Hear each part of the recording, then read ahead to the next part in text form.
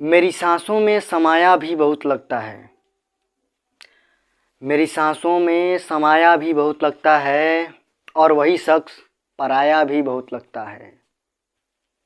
मेरी सांसों में समाया भी बहुत लगता है, और वही शख्स पराया भी बहुत लगता है, और उससे मिलने की तमन्ना भी बहुत है, लेकिन आने जाने में किराया भी बहुत लगता है।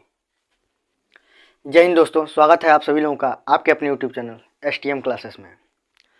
तो जैसा कि फ्रेंड हम लोग लाइट चैप्टर स्टार्ट किए क्लास 10th का, तो उसमें हम लोग उसमें जो है हम लोग प्रकाश का परावर्तन पढ़ चुके हैं, और साथ में दर्पण पढ़ चुके हैं, और दर्पण में समतल दर्पण जान चुके हैं हम लोग।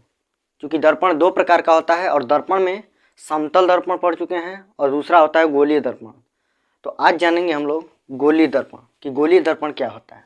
ठीक है, तो चलिए देखते हैं गोलीय दर्पण, जिसको कहते हैं स्फेरिकल मिरर। ठीक है, गोलीय दर्पण, स्फेरिकल मिरर।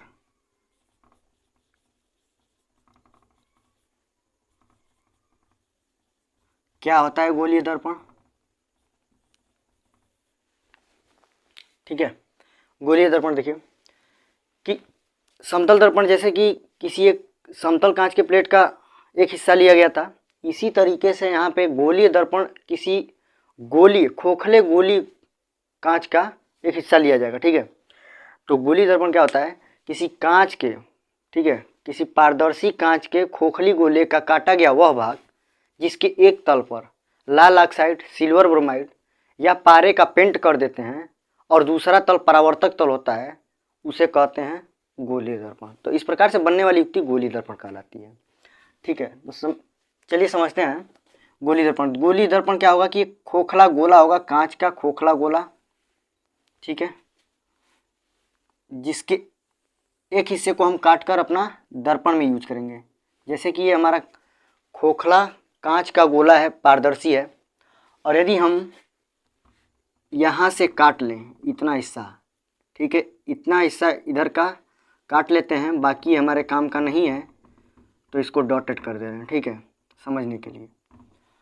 और यदि इसमें भी इतना हिस्सा काट लेते हैं और ये डॉटेड बना दें, इससे कोई मतलब नहीं है।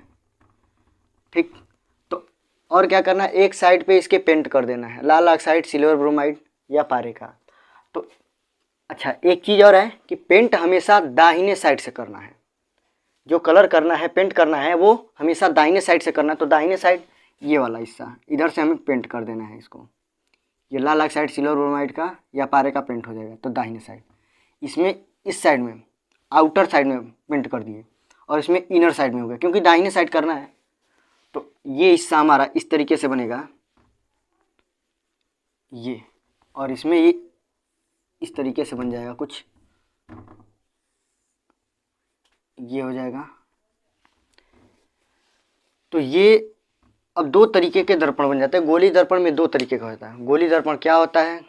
किसी खोखले कांच के पारदर्शी गोले का काटा गया वह भाग जिसके एक तल पर लाल ऑक्साइड, सिल्वर ब्रोमाइड या पारे का पेंट कर देते हैं, और दूसरा तल परावर्तक तल कहलाता है। इस प्रकार से बनने वाली युक्ति गोलीय दर्पण कहलाती है। तो यही है कि अब क्या है, अब कांच के खोखले गोली कांच में से काटा गया भाग है, और इधर पेंट हो गया है, कलर हो गया राइट साइड में, और इसमें भी राइट साइड में। तो इस तरीके से दो दर्पण मिल जाता है, और इन दोनों दर्पण का नाम क्या है? देखिए, इसको कहते हैं अवतल दर्पण। अभी अवतल दर्पण क्या होता है, कैसे होता है, ये भी जानेंगे। और ये होता है उत्तल दर्पण। अब क्यों इसको अवतल कहते हैं, क्यों उत्तल कहते हैं, ये समझ लेते हैं।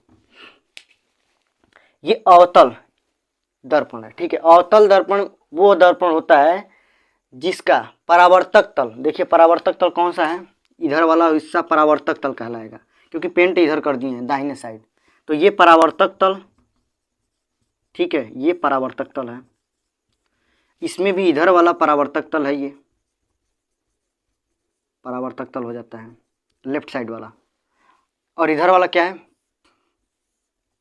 कलर्ड पार्ट है, यानी कि पेंट किया गया या कलई किया गया भाग। ठीक है, दाहिने साइड वाला क्या है? कलई किया गया भाग है, पेंट किया गया भाग है। और बाएं साइड वाला परावर्तक तल है, जिधर से लाइट आकर के, प्रकाश आकर के परावर्तित होगी। ठीक है, तो हमें परावर्तक तल से मतलब होगा, यानी परावर्तक तल, यदि परावर्तक, देखिए अवतल के बारे में जानते हैं, यदि परावर्तन दबे हुए तल से हो रहा है, देखिए इधर दबा हुआ तल है, अगर परावर्तन दबे हुए तल से हो रहा है तो कहेंगे कि दर्पण क्या है, अवतल है। और यदि परावर्तन उभरे हुए तल से हो रहा है, देखिए इसमें उभरे हुए तल से परावर्तन हो रहा है, ये उभरा हुआ है, तो उभरे हुए तल से परावर्तन होगा तो उत्तल। देखिए सिंपल भाषा में, उत्तल को यानी उठल है तो उत्तल है, उठल है तो उत्तल है, और दबल है तो अवतल है। सिंपल सी बात है। उत्तल के लिए क्या है, उठे हुए भाग में परावर्तन हो रहा है उभरे हुए भाग से तो उत्तल है, और अवतल के लिए क्या है, दबे हुए भाग से परावर्तन हो रहा है। ठीक है, तो अवतल है। ये अवतल और उत्तल हो जाता है। इस प्रकार से हमें क्या मिल जाता है, अवतल दर्पण और उत्तल दर्पण। अब चलिए जान लेते हैं कि प्रतिबिंब क्या होता है। अभी एक एक के बारे में पढ़ेंगे कि क्या क्वालिटी है, क्या विशेषताएं हैं, कैसे प्रतिबिंब बनाते हैं, ये सब भी जानेंगे। अब थोड़ा सा इसके बाद समझ लेते हैं कि प्रतिबिंब क्या होता है। क्योंकि इन दर्पणों से प्रतिबिंब बनाया जाएगा तो प्रतिबिंब पहले समझ लें फिर देखा जाएगा। ठीक है, तो चलिए प्रतिबिंब समझ लें। देखिए इसका इंग्लिश जान लेते हैं। अवतल दर्पण को कहते हैं कॉनकेव, कॉनकेव मिरर, और उत्तल को कहते हैं कॉन्वेक्स मिरर, कॉन्वेक्स मिरर। ठीक है, कॉनकेव मिरर और कॉन्वेक्स मिरर। ठीक, अब जानते हैं हम लोग प्रतिबिंब। या रुकिए, इससे पहले हम अब इससे संबंधित कुछ बातें जान लेते हैं, इनसे रिलेटेड कुछ बात जानते हैं कि क्या क्या होता है। ठीक है, मुख्य अक्ष इसमें देखते हैं, वक्रता केंद्र होता है, वक्रता त्रिज्या होती है, मुख्य फोकस होता है, फोकस दूरी होती है, ये सब जान लेते हैं इससे। ठीक है, तो चलिए इससे जुड़ी हुई बातें समझते हैं पहले, उसके बाद हम लोग प्रतिबिंब समझेंगे। तो पहले क्या होता है ये जान लें। उत्तल दर्पण या अवतल दर्पण में, गोलीय दर्पण में संबंधित कुछ बातें, इनको भी इरेज कर लिया जाए।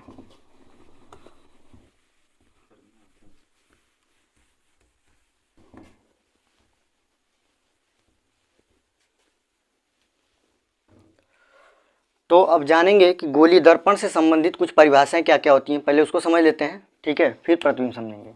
तो हेडिंग हो जाएगा गोलीय दर्पण से संबंधित, गोलीय दर्पण से संबंधित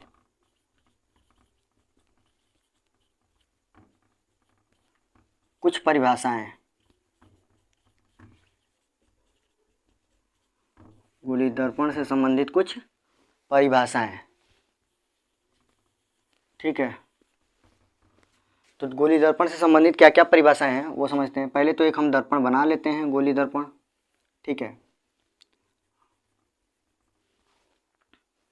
ठीक, ये हमारा दर्पण हो जाएगा, और ये दर्पण कौन सा होगा, ये उत्तल होगा। क्यों, क्योंकि दाहिने साइड पेंट कर देने से ये उभरा हुआ तल परावर्तक तल हो जा रहा है, और ये दबा हुआ तल क्या हो जा रहा है, पेंट किया हुआ भाग। ठीक, तो ये उत्तल वाला है।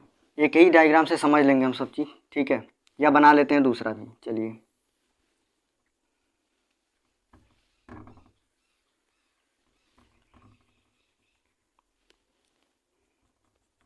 ये अवतल है। देखिए अब ये जब सर्कल है, गोला है, स्फेयर है, तो उसका कहीं ना कहीं एक केंद्र होगा, सेंटर होगा। ठीक है, तो इसका भी कहीं केंद्र यहाँ पे होगा, और इसका भी केंद्र कहीं ना कहीं यहाँ होगा। ठीक, तो इनसे संबंधित एक एक बातें समझेंगे। पहला नंबर वक्रता केंद्र, वक्रता केंद्र, तो वक्रता केंद्र के अंग्रेजी है सेंटर ऑफ कर्वेचर। ठीक है, सेंटर ऑफ कर्वेचर। तो सेंटर ऑफ कर्वेचर क्या होता है, देखिए यह गोली दर्पण है, तो बोलेंगे दर्पण जिस गोले का भाग होता है, हमारा दर्पण जिस गोले का भाग होता है उसके केंद्र को अपने दर्पण की वक्रता केंद्र कहते हैं। दर्पण हमारा जिस गोले का भाग होता है उसके केंद्र को अपने दर्पण का वक्रता केंद्र कहते हैं। यही लिखेंगे परिभाषा में, क्या लिखेंगे, हमारा दर्पण जिस गोले का भाग होता है, जिस गोले का भाग होता है उसके केंद्र को दर्पण का केंद्र कहते हैं। दर्पण का वक्रता केंद्र कहते हैं। ठीक है, दर्पण का वक्रता केंद्र कहते हैं। और देखिए वक्रता केंद्र को डिनोट किससे करेंगे? सी से। भाई सेंटर है, सेंटर का पहला लेटर सी होता है, सी से डिनोट कर लेंगे। ठीक है, तो हमारा दर्पण जिस गोले का भाग होता है, ये दर्पण है हमारा, यहाँ से यहाँ तक दर्पण है, और यह जिस गोले का भाग है, जिस गोले में से हम इस दर्पण को लिए हैं, उसी के केंद्र को अपने दर्पण का वक्रता केंद्र कहेंगे। ठीक है, जिस गोले का भाग होता है उसी के केंद्र को अपने दर्पण का वक्रता केंद्र कहते हैं। और ऐसे ही एक और डेफिनेशन है, वक्रता त्रिज्या। अगला पॉइंट है वक्रता त्रिज्या, रेडियस ऑफ कर्वेचर। इसकी इंग्लिश हो जाती है रेडियस ऑफ कर्वेचर। तो रेडियस क्या होता है? ये भी वैसे ही है कि हमारा दर्पण जिस गोले का भाग होता है उसके त्रिज्या को अपने दर्पण का वक्रता त्रिज्या कहते हैं। कि क्या लिखेंगे? हमारा दर्पण जिस गोले का भाग होता है, हमारा दर्पण जिस गोले का भाग होता है, जिस गोले का भाग होता है उसकी त्रिज्या को दर्पण की वक्रता त्रिज्या कहते हैं। दर्पण की वक्रता त्रिज्या कहते हैं। ठीक है,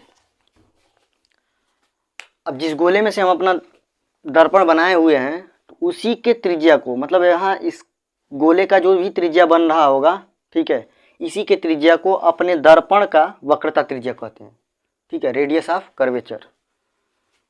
ठीक, अब एक पॉइंट और आगे, तीसरा पॉइंट आ जाता है ध्रुव, पोल। दर्पण का ध्रुव कहें, ठीक है, या ध्रुव कहें। ध्रुव क्या होता है? दर्पण का ध्रुव। ठीक है, तो दर्पण का ध्रुव देखिए, हमारा परावर्तक तल कहाँ से कहाँ तक है? देखिए परावर्तक तल यहाँ से और यहाँ तक होगा। इधर पीछे पेंट किया है तो यहाँ से लगाए अंदर वाला हिस्सा ये परावर्तक तल कहलाएगा। इसमें भी यहाँ से लगाए यहाँ तक, जहाँ तक हमारा दर्पण है। अब परावर्तक तल इधर, इसका बाहर वाला हिस्सा है और इसका अंदर वाला हिस्सा है। तो देखिए ध्रुव किसको कहेंगे? दर्पण के परावर्तक तल के मध्य बिंदु को। दर्पण का परावर्तक तल यहाँ से लगाए यहाँ तक है। अच्छा, इसका नाम दे दी, मान ले ऊपर वाला हिस्सा M1, नीचे वाला हिस्सा M2, इसमें भी M1 M2। ठीक है, M का मतलब मिरर है, मिरर फर्स्ट सेकंड दोनों का एंड का नाम लिख दिया। ठीक है, तो दर्पण के परावर्तक तल के मध्य बिंदु को, इसका मध्य बिंदु कहीं ना कहीं यहाँ से लगाए यहाँ तक का मध्य बिंदु यहाँ आएगा। इसमें भी लगभग इसका मध्य बिंदु यही है, मध्य बिंदु जो है यहाँ पे आएगा। तो दर्पण के परावर्तक तल के मध्य बिंदु को दर्पण का ध्रुव कहते हैं और इसको P से डिनोट करते हैं। यहाँ से यहाँ तक का बिंदु, बीच की दूरी यही आ रही है और इसी को ध्रुव कहते हैं, इसको P से डिनोट करते हैं। ठीक है, तो लिख लेंगे परिभाषा, दर्पण के परावर्तक तल के मध्य बिंदु को, दर्पण के परावर्तक तल के मध्य बिंदु को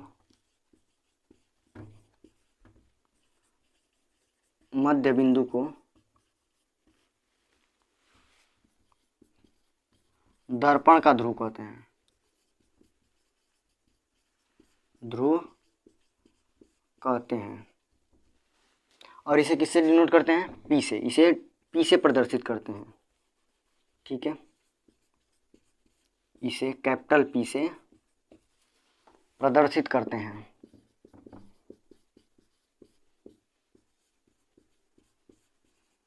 P से प्रदर्शित करते हैं। ठीक है, तो क्या क्या जान लिए? वक्रता केंद्र, दर्पण जिस गोले का भाग होता है उसके केंद्र को दर्पण का वक्रता केंद्र कहते हैं।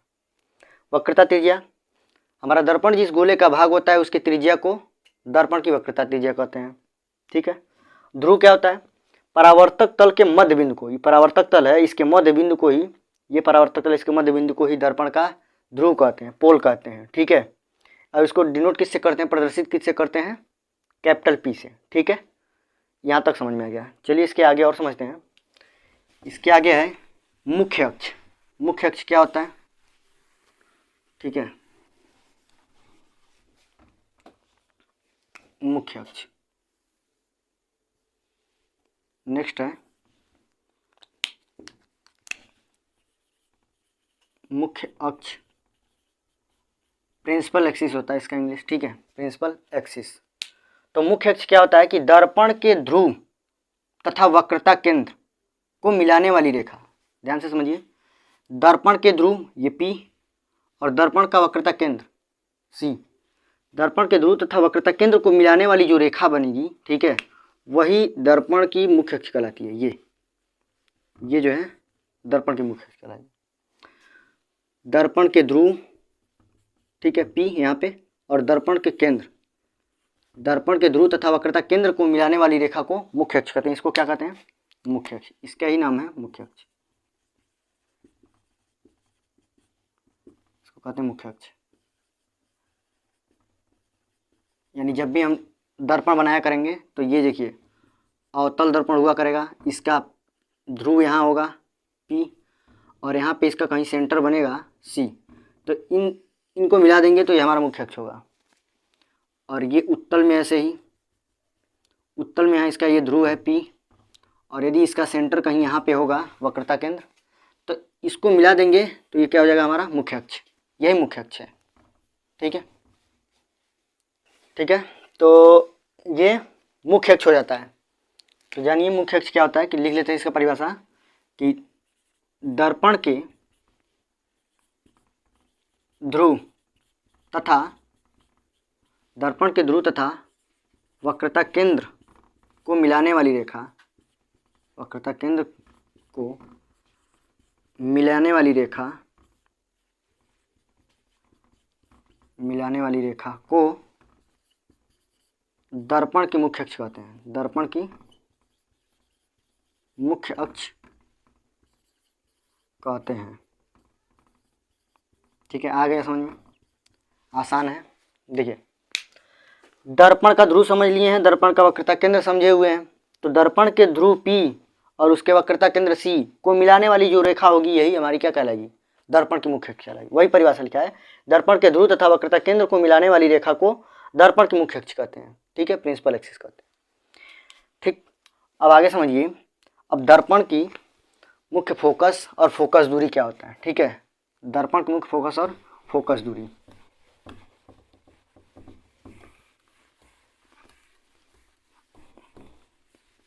देखिए, ये हमारा दर्पण है, ठीक, ये हमारा पोल है और ये सेंटर है और इसको मिलाते हुए जो रेखा खींचा गया वो मुख्य अक्ष है। ठीक है, और इसमें भी बना लेते हैं उत्तल के लिए, ये अवतल के लिए हो गया और यहाँ पे ये हो जाएगा उत्तल के लिए। ठीक है, देखिए अब हमें समझना है मुख्य फोकस क्या होता है। मुख्य फोकस, मुख्य फोकस, प्रिंसिपल फोकल कहते हैं इसको। ठीक है, प्रिंसिपल फोकस। प्रिंसिपल फोकस वो होता है, देखिए, मुख्य अक्ष के समांतर आने वाली प्रकाश किरण। अब जो है, जो भी प्रकाश किरण आएगी मुख्य अक्ष के समांतर गुजारेंगे तो देखिए क्या होगा। तो मुख्य अक्ष के समांतर आने वाली प्रकाश की किरण, ये मुख्य अक्ष है, अब इसके समांतर एक प्रकाश किरण आ रही है।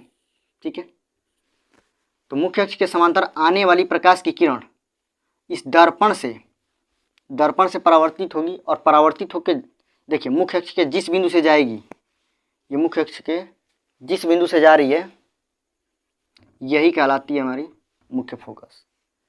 और इसमें भी समझ लेते हैं, तो मुख्य अक्ष के समांतर आने वाली प्रकाश की किरण, मुख्य अक्ष के समांतर आने वाली प्रकाश की किरण दर्पण से परावर्तन के पश्चात, अब चूंकि ये क्या होता है कि जो उत्तल दर्पण है प्रकाश किरणों को मुख्य अक्ष से दूर की ओर भेजता है, इधर, और ये मुख्य अक्ष की ओर, तो जब ये दूर भेजेगा इधर, परावर्तित होकर इधर जाएगा, ये परावर्तित होगा तो इधर जाएगा बाहर की ओर। लेकिन ये वास्तविक प्रकाश किरण है, जो परावर्तित वाली प्रकाश किरण, ये इधर जा रही है, लेकिन ये मुख्य अक्ष की ओर नहीं जा रही है। तो इसको मुख्य अक्ष की ओर कैसे ले जा सकते हैं? इसके पीछे वाले इसके पीछे हिस्से को अगर मिलाया जाए पीछे की तरफ, तो इसको हम मिलाएंगे इमेजिनरी लाइन से। क्यों? क्योंकि ये वास्तव में तो नहीं जा रही है, लेकिन यह इमेजिन किया जा रहा है कि इस बिंदु से जाती हुई नज़र आ रही है, कि लग रहा है कि इसी बिंदु से जा रही थी वो, और यही पॉइंट कहलाता है इसका मुख्य फोकस। देखिए यहाँ पे वास्तव में जा रही है, यहाँ पे जाती हुई प्रतीत हो रही है, इस बिंदु से जाती हुई प्रतीत हो रही है, तो यही पॉइंट हमारा मुख्य फोकस कहलाता है। फिर से समझ लेते हैं। मुख्य अक्ष के समांतर आने वाली प्रकाश की किरण, ठीक है, मुख्य अक्ष के समांतर आने वाली प्रकाश किरण दर्पण से परावर्तन के पश्चात मुख्य अक्ष के जिस बिंदु से होकर जाती है, अथवा दर्पण से परावर्तन के पश्चात जिस बिंदु से होकर जाती हुई प्रतीत होती है, इस बिंदु को ही दर्पण का मुख्य फोकस कहते हैं। लिख लेते हैं परिभाषा, समझ में आ जाएगा। मुख्य अक्ष के समांतर, मुख्य अक्ष के समांतर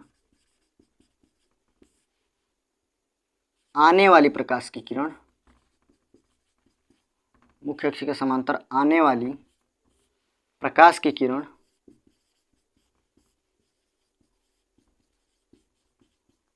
दर्पण से परावर्तन के पश्चात, दर्पण से परावर्तन के पश्चात मुख्य अक्ष के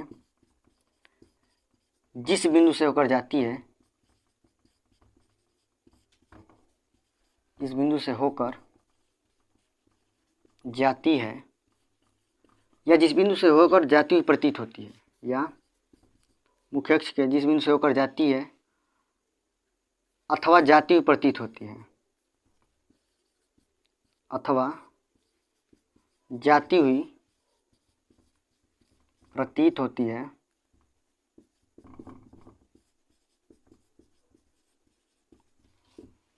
जाती हुई प्रतीत होती है, उस बिंदु को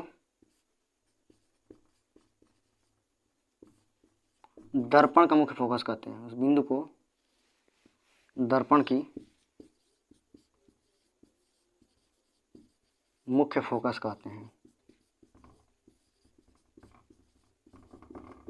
दर्पण के मुख्य फोकस कहते हैं। ठीक है, जो बात मैंने बोली है उसी को लिख दिया है। ठीक है, क्या है कि मुख्य अक्ष के समांतर आने वाली प्रकाश की किरण दर्पण से परावर्तन के पश्चात, इस दर्पण से परावर्तित होने के पश्चात मुख्य अक्ष के जिस बिंदु से होकर जाती है, ठीक है, जिस बिंदु से होकर जाती है अथवा जाती हुई प्रतीत होती है, यहाँ जाती हुई प्रतीत हो रही है और यहाँ पे मुख्य अक्ष से जा रही है। ठीक है, तो मुख्य अक्ष के जिस बिंदु से होकर जाती है अथवा जाती हुई प्रतीत होती है, इसी बिंदु को ही दर्पण का क्या कहते हैं, मुख्य फोकस कहते हैं। ठीक है, दर्पण का मुख्य फोकस कहते हैं। ठीक, अब चलिए नेक्स्ट टॉपिक समझ लेते हैं। मुख्य फोकस के बाद आ जाता है फोकस दूरी। अब फोकस दूरी क्या होता है यही समझ लेते हैं इसी डायग्राम में। फोकस दूरी इस मुख्य फोकस और दर्पण के ध्रुव तक की जो दूरी है, देखिए कोई भी दूरी हम लोग ध्रुव से ही नापेंगे। ठीक है, जब नापना होगा, जब चिन्ह परिपाटी समझेंगे तो वहाँ पे समझेंगे कि कोई भी दूरी दर्पण के ध्रुव से नापी जाती है। तो दर्पण के ध्रुव से जो मुख्य फोकस तक की दूरी बन रही है, यही फोकस दूरी कहलाती है। इसमें भी यहाँ से लगा यहाँ तक दर्पण के मुख्य फोकस और दर्पण के ध्रुव तक के बीच की जो दूरी है वही फोकस दूरी कहलाती है। और इसको प्रदर्शित करते हैं स्मॉल एफ से दूरी को, और जो मुख्य फोकस है इसको कैपिटल एफ से प्रदर्शित करेंगे। इसमें चाहे तो लिख सकते हैं कि चित्र में जो मुख्य फोकस है, ठीक है, चित्र में कैपिटल एफ मुख्य फोकस है, मुख्य फोकस है। चित्र में क्या है, कैपिटल एफ जो है पॉइंट जो लिखा गया है मुख्य फोकस है, या फोकस बिंदु भी कहते हैं इसको। ठीक है, और फोकस दूरी दर्पण के ध्रुव और मुख्य फोकस तक की दूरी को दर्पण की फोकस दूरी कहते हैं। ठीक है, दर्पण के ध्रुव तथा मुख्य फोकस तक की दूरी को दर्पण की फोकस दूरी कहते हैं। इसका भी परिभाषा लिख लेते हैं। फोकस दूरी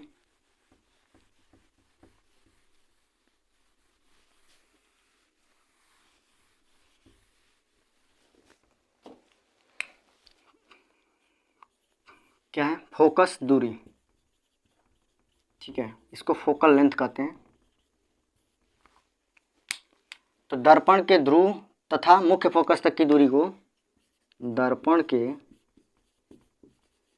ध्रुव तथा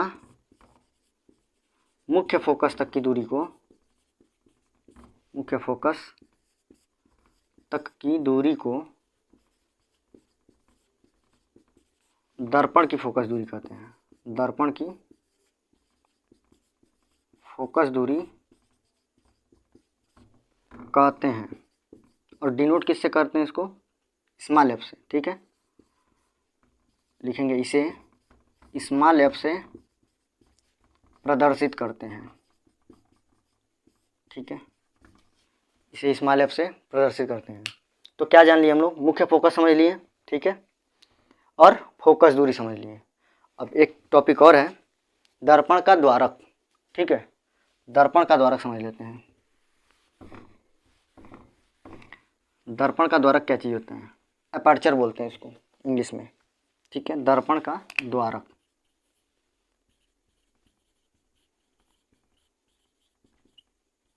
दर्पण का द्वारक, ठीक है। दर्पण का द्वारक क्या होता है? यहाँ पे हम एक पॉइंट डिनोट किए थे, जहाँ से हमारा दर्पण, यहाँ से यहाँ तक दर्पण है, ठीक है।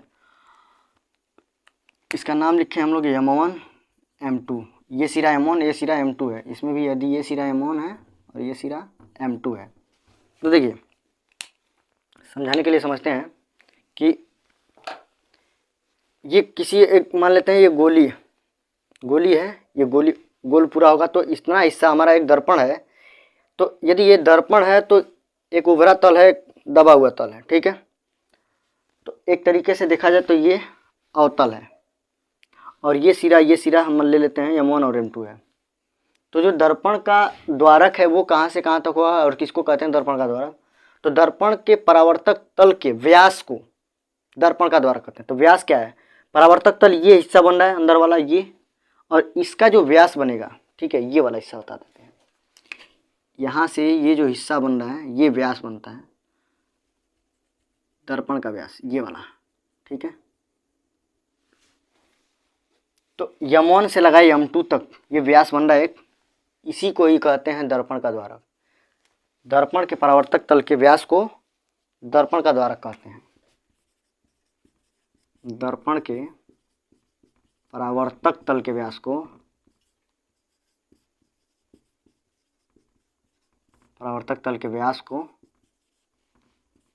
दर्पण का द्वारक कहते हैं, ठीक है।